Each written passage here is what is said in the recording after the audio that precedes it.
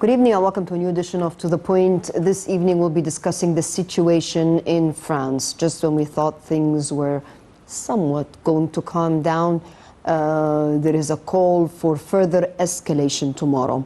With us this evening, an expert on the French way of doing business, so to speak. With us this evening is Dr. Cherif Amir, Professor of Geopolitics at the University of Paris. A pleasure to have you with us. Thank you for having me. Same time last year, you were probably right here in the studio, we were discussing the same thing. What is taking place in France? Will things calm down? What have you? And things sort of calmed down. Yeah. At least it seems that it was very superficial calm. And then all of a sudden, another statement by the French government that raises havoc. Mm-hmm. Tomorrow there is a call for all unions to go down to demonstrate against this pension law, so to speak. What's going to happen this time? And the timing, it's usually the entry to the festive season, the season whereby most of the tourists go to France. I mean, this is the season, so to speak. What's going on? What's going on? It's a kind of show of force that is taking time. As I said the last year when I was here, I said about the yellow vests, that the things will escalate anytime. Maybe it won't be tomorrow, but it will happen. And I think that Emmanuel Macron knows very well that he has to show to the people that the word is his, that he is the leader. And whenever there is something the government decides to do as an elected government, the people have to abide. The problem in France is that it's a type of a social country, meaning that the civil unions are controlling things on the ground. They could call for any strikes anytime. They could ask the people not to go to work for several days and nothing could stop them. But the only thing that Emmanuel Macron is counting on is that there is no other solutions for the economy in France but these recipes that he's following. The problem now is about the retirement. French people are very scared that if something will happen to their retirement, their way of living will be shaken, and they do not accept that. And this is for the civil unions. That the other part is the yellow vests. They're still active, and they said we won't take part in all these demonstrations because we are apolitics, means that we don't work in politics. We are a popular movement. They even call it a revolution. Yes. So he's between all these factions, but I know the mindset of President Macron is that they are all divided at the end. As long your enemies don't have one front, as long you have the police with you, the army with you, the intelligence with you, you're in a safe haven. What about the people? As I said, what about the stability? As I said, he thinks that not everyone are united on this front, meaning that, for example, the yellow vests do not agree to join the strikes because they say we are popular movement, spontaneous. As they said, the civil unions, they are organized, they are communists, they are socialists, they are right-wing, so they are politic movements. So he's playing on this ground that they're not united. And there's something else. The police force is using all the force, and they are using it because they know that the people are not united. So there are some criminals, there are some gangsters, and there are always the black blocs, they call it. They go to the Champs-Élysées, they go to the famous brands, and they rob and they terrorize people. And another point is the media. The media is siding with Macron because all his entourage are the wealthy businessmen who own the media outlets. So they are very keen For example, today, before coming to this edition, I was watching BFM TV, which is one of the most famous news channels in France. And the headline was that the demonstrations are decreasing, not increasing. So it's a way of giving the people a sentiment that everything's going to be all right. These are just few days, stormy days, and then it will end, and then everything will go back to normal. And tomorrow, when the Prime Minister Edouard Philippe will declare the new measures, everything will be normal again. So, to make the resume, Macron is playing on the card that dividing the people is the only way to make them abide. Edouard Philippe came out and said in a statement a few hours ago that there is no magic solution to this pension thing. What does he mean by there is no magic solution? What is the solution? If people are not satisfied with this decision, what is the solution? It's a very diplomatic way of telling the people, well, you have no other choice but to abide.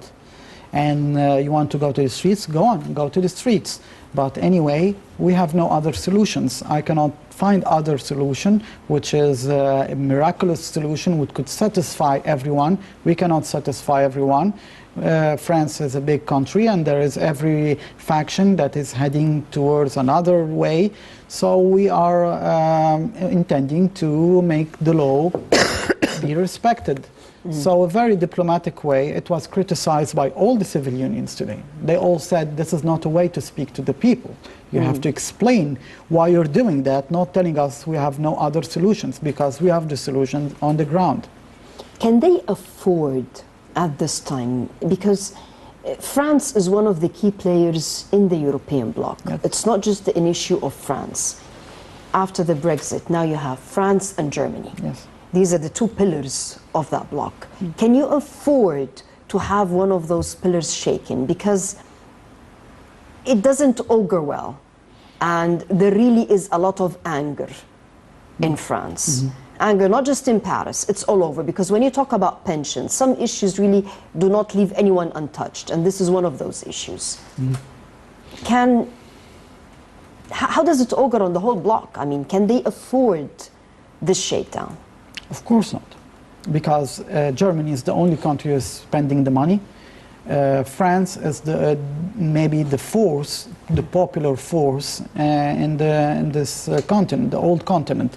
And here let me speak about geopolitics also, that as Macron said, that we have to work as European defense force. And he's playing the card that we are a popular country. Not a wealthy country, so he's telling the Europeans, you need us.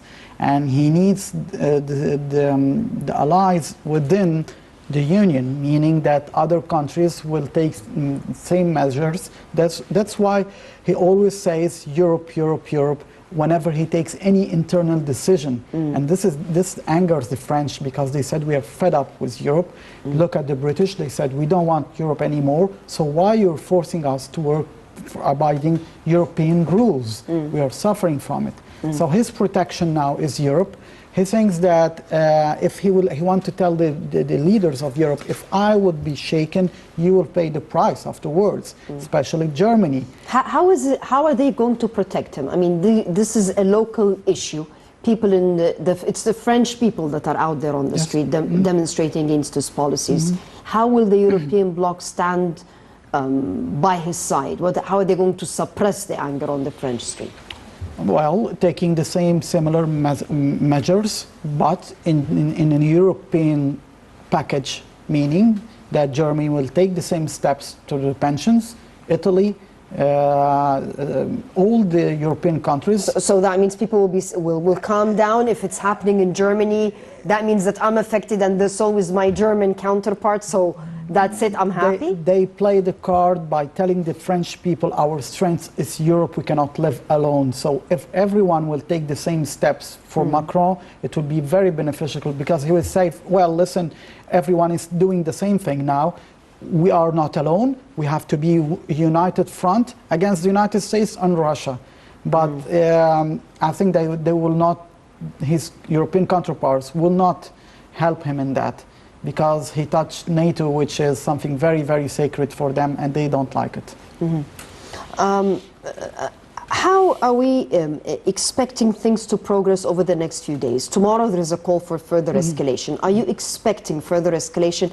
Mind you, usually the demonstrations with the Gilets jaunes were just weekends. Yeah. Now it doesn't seem like this issue is a weekend issue. I mean, tomorrow is Wednesday. It's a working day. Are we expecting people to go out to the streets and further demonstrate against those decisions? It won't be the people on the streets, but it will be paralyzing the economy, paralyzing the transport, paralyzing everything.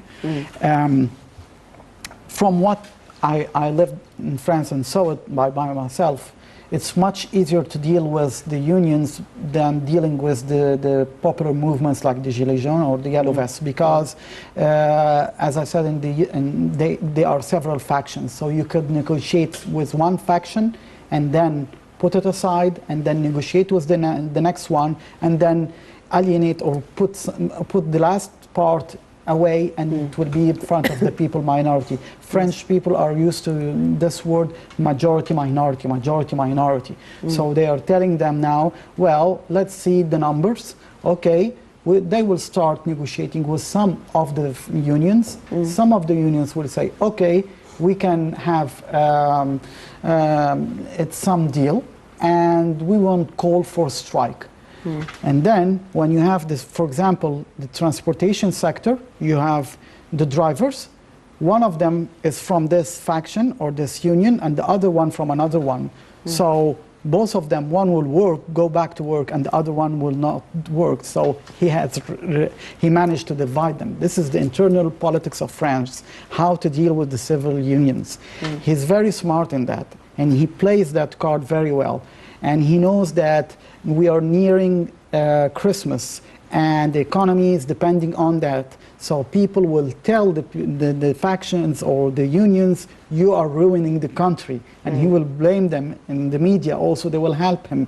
So the unions are losing the popularity now. So what I expect is that they will, when we will near Christmas, they will say, okay, let's calm things down, as the Yellow Vests did last year, and let's restart again after January the 1st. And then things will, we don't know how it will be. But as I said, the most dangerous card that he's playing now is geopolitics of Europe and NATO. Is this just a French thing? In other words, is the situation in France being capitalized on by other parties to encourage this escalation? Of course. The Europeans are aiming to make the show of union, but several leaders inside Europe do not wish to join the sinking boat. The boat is sinking, and they said it. Viktor Orban in Hungary, in Italy the same thing, and Brexit, well, it's going to happen. And now Angela Merkel is keeping very silent, not endorsing anyone. So the boat is sinking, and I think that the Americans are eager to see that, because Donald Trump said it. If they won't pay, I won't help them. It was very clear. And President Vladimir Putin, from his side, of course, a weakened European Union is something positive, but he's very smart. He's working individually with every president. He has excellent relations with Macron. The first year of Macron was horrible between both men. Now they are very close friends, to the point that Macron said at the NATO summit, he said, Russia is not an enemy, Russia is just a threat, but the enemy is terrorism. And this was a shock, because NATO celebrated 70 years of campaigning against the Soviet Union and Russia. So he's killing NATO by these words. And then Vladimir Putin is working also that his way of showing nationalism is very positive. He protected his country from immigration. He protected his country from outside intervention.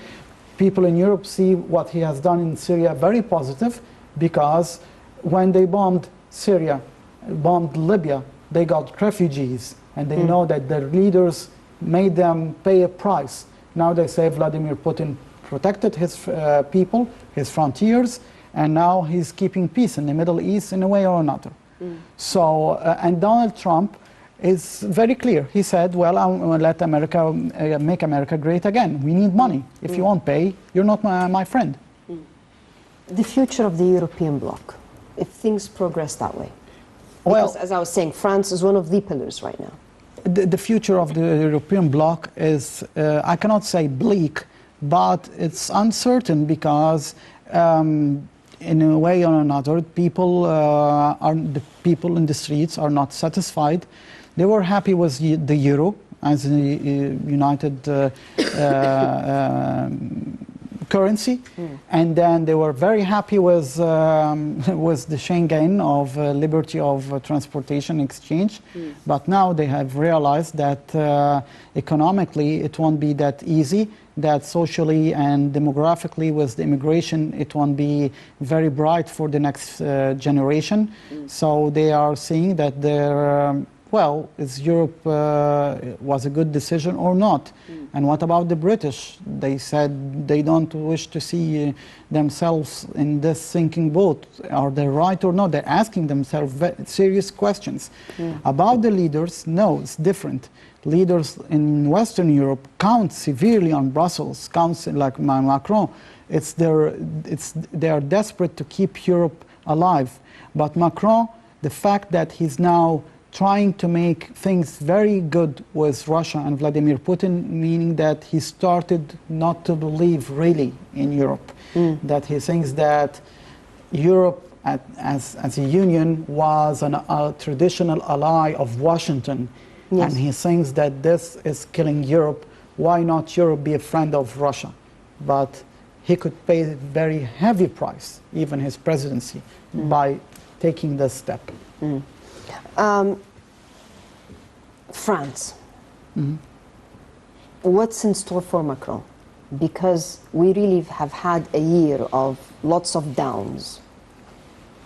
Macron, he's a young leader. He's 41 years old. He thinks that he had a bright career. He's very anxious to make the French live like the Americans. I doubt that. He thinks that he could unite Europe as a young leader, but he knows also that the people are not accepting his way of life, his way of thinking. They don't accept the fact that he is forcing things. French people do not like that you force things on them. They would not abide. They're revolutionary people. But he thinks that now that France is becoming a capitalist country, people would say, well, we don't want to lose our jobs, really. Who will pay the bills? So they will say, okay, let's keep it like that and let's go on. We want to live, we want to feed our kids. For Macron also, the wealthy businessmen are supporting him, and he wants to play a role of Charles de Gaulle, of telling the Americans no, and they're just facing them like that and telling them, we won't listen to you. He has tough relations with Donald Trump. But as I said, he will find very difficult the way of making France strong, because France was very weak in the last decade. So they are not really like the British. Is this his way of thinking? Is this the way to make France strong? I mean, you're losing quite a large constituency, because most of the population is not from the upper well-to-do class.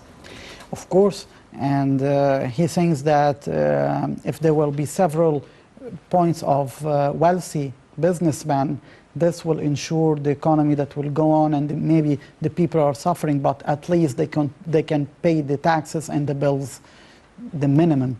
So he thinks that this is the way. When people are complaining they can barely make ends meet. Well, he's trying to use the media by telling the people these are some minority, don't listen to them. Life is going to be normal. But let me tell you that the fact that he's trying to use the police as a way to control the streets, this is a way of telling the people that there is a barrier between me as a leader and you, the people. And the people are sensing that there is no communication between the leadership and them. There are a barrier of policemen shooting at them, and this is not good. So I think that the French are trying to deliver the message that okay, maybe the yellow vests are not doing the best for us, maybe the unions are not doing the best for us, but you as a president, you don't have a real charismatic way of dealing with things. But he has another card that he's playing, which is the opposition. There is no real opposition now, because the boat inside France is thinking economically. No one has the solution, and this comes to what Edouard Philippe said, that he's giving a message to the opposition. Do you have a solution? No one has a solution. So he's defying everyone. The political arena now is empty. No one, Marine Le Pen, Sarkozy, anyone, even the left, we don't know, is François Hollande, who's leading the left. No one could say now that I have a solution. So he's playing this card that, well, you're stuck with me, and I'm not in the left and I'm not in the right, but you have to abide to what I'm saying. Yes. The police that are standing up to the people right now, they're acting the role of the gatekeeper, so to speak. How long will they continue to act that way, taking into account that those laws, are they not affecting the police force as well? At the beginning, the demonstrations were telling the policemen and even the demonstrators, telling that you will suffer like us, you have kids like us.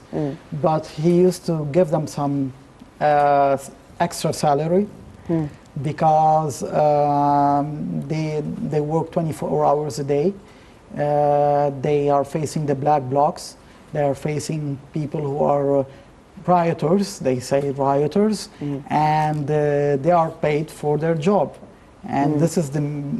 But they're part and parcel of the society. I mean, this policeman might have, or policewoman might have a husband or a wife that will be affected by this, a brother, a sister, a cousin. I mean, we're not living in utopia here. I mean, it's all intertwined. So these sentiments, how long can they actually stand to face the people rather than defend the people?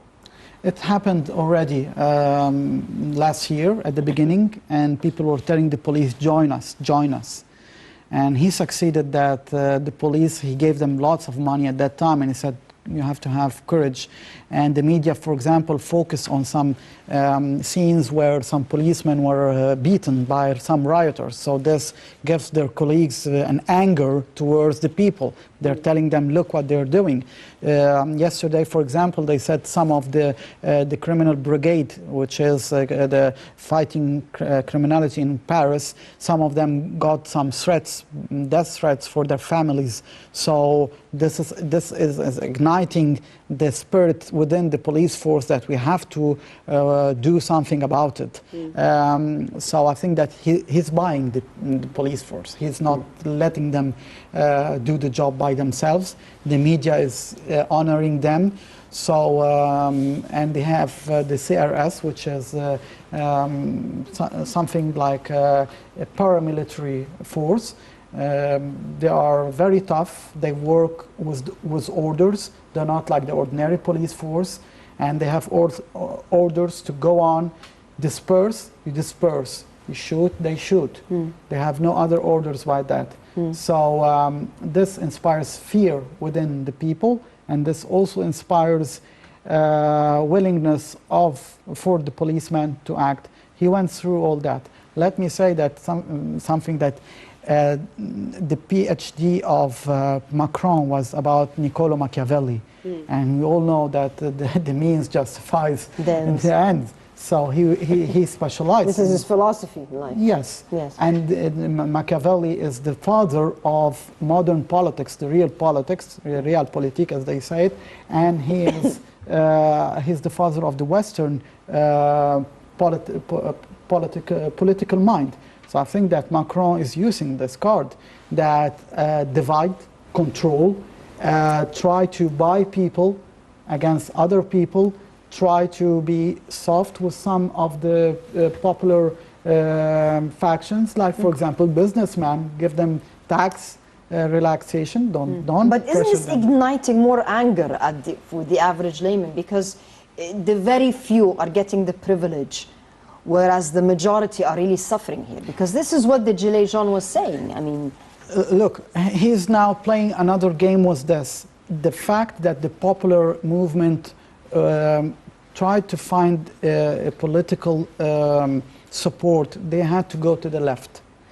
The left didn't have any projects. So he was very smart by taking the stance against Washington, and he portrayed himself as someone who's saying, I'm against American imperialism.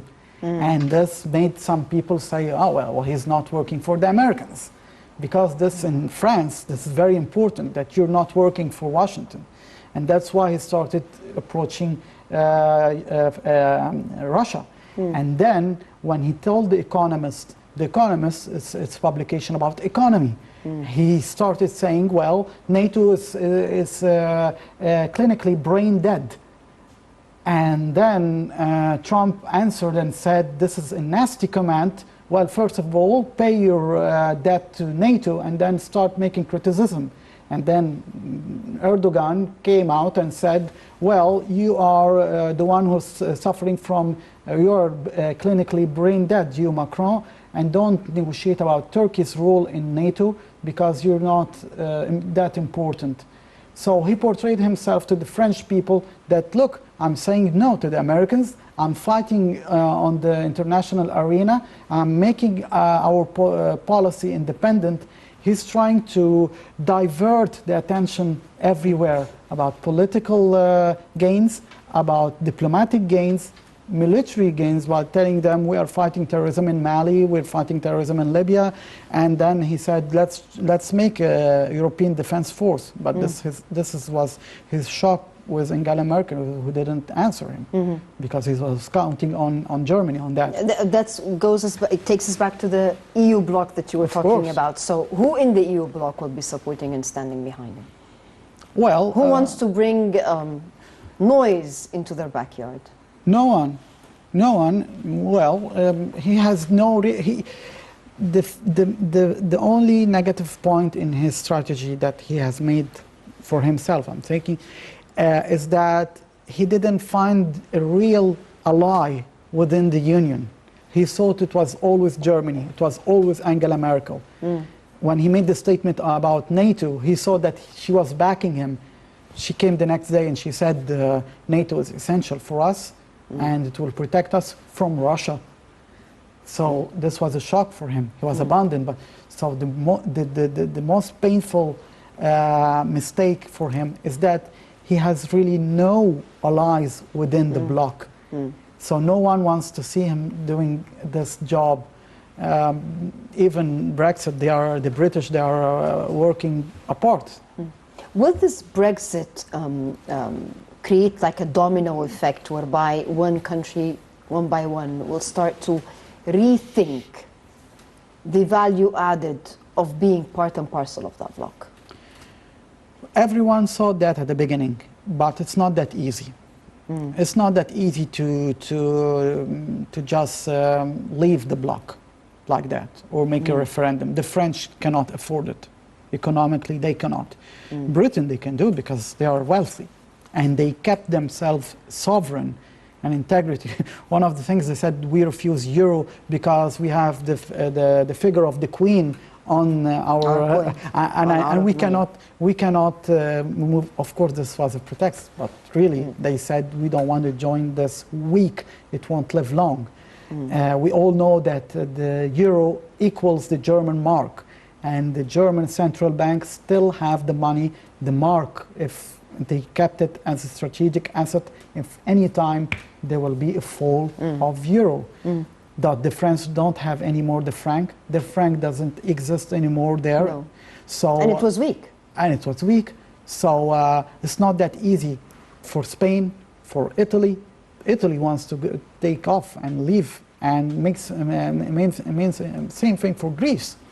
But they cannot. It's not that easy. It's like cooperation, and everyone is lending everyone. And it's not easy to live like that because they will tell them, well, pay your debt. As Donald Trump told him, you want to criticize, well, pay your debt first. And then come and say something. But you have a debt. Is it in the US's interest that Europe remains as a bloc? That Europe remains as an abiding bloc, not a revolting bloc against Washington. They should say to Washington, amen for everything. Is it saying this right now? I mean, has the European position differed? Has their strategy changed? Do they not see eye to eye with the US administration right now? It's not that Europe changes, America changed. That's the difference, because they were supporting Obama, they were supporting Hillary Clinton, and this was the biggest mistake to support a candidate before the election. Because they supported Hillary Clinton, she lost, and then Donald Trump came and he's settling the accounts now. And this was a very, very grave mistake for them. So what's happening now in France and Europe is that they're trying to listen to the humiliations made, let's say it like that, on Twitter by Donald Trump from time to time to their leaders, to their union, to their politics, to their decisions, and keep quiet. So they are trying to tell Macron, well, you want to criticize him, do it by your own, but don't put us in the same bag because we won't pay the price with you. We cannot handle it. And they are not very, very eager to work with Vladimir Putin because they know they will pay a price. Every ally of Washington, every friend to Washington worked with Russia. The Americans have to make them pay a price. So they know that France is paying a price. They don't want to pay the same price. So I think that the Europeans are the same, but the Americans really want to see them really humiliated to the extent that they won't have a word one day to say no. For us, what's in our interest? Because we have to think of our where do we fit into this? It has to be a very smart political decision how to work with actually this kind of Europe. Look, for example, in Egypt and in Africa, we're working about the investment. We are working about the development. But inside the continent, and this is very smart, because they do not wish to see immigration. They are fed up with what took place last year, the last few years. So now it has to be a new dimension, meaning that they are our neighbors in the Mediterranean. They are very close to us. We are dealing economically regularly with them. They have to listen to our point of views. We need also their investment. We need their support in the political arena. So I think that we have to watch what the Europeans need, and we offer it, but in guaranteeing our sovereignty. For example, telling them, well, you are having tax problems with the tariffs problems with Washington. Why not come and invest in Egypt as you did in China, for example? China now is in competition with you.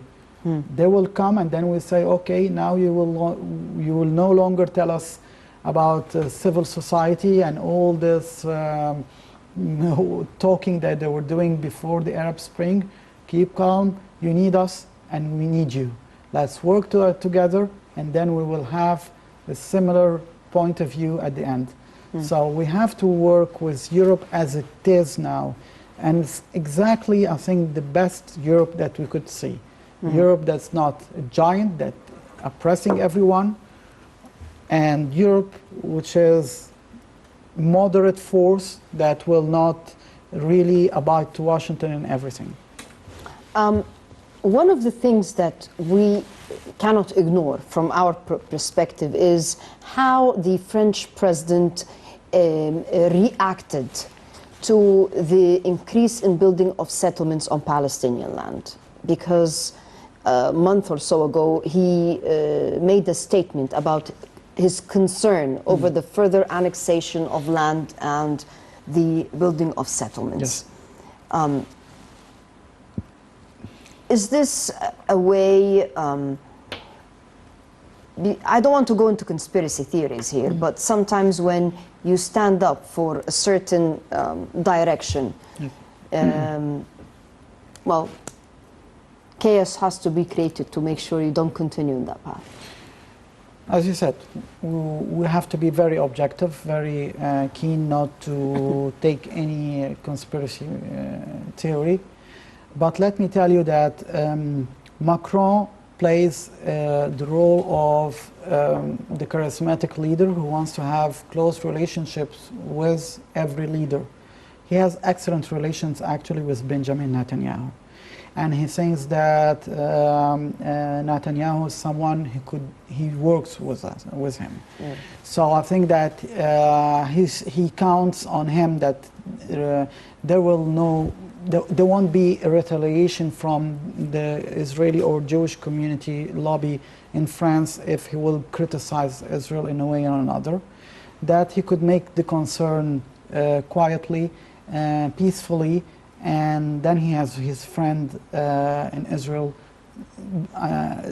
giving him the assurances that you can say these few words in front of the cameras and things will be all right. There won't be a retaliation concerning the lobby, the political lobby, because this is not conspiracy theory, this is real, and they are very influential in France. In the economy, so I think that he's very keen not to, let's say, not to cross any red lines in the criticism.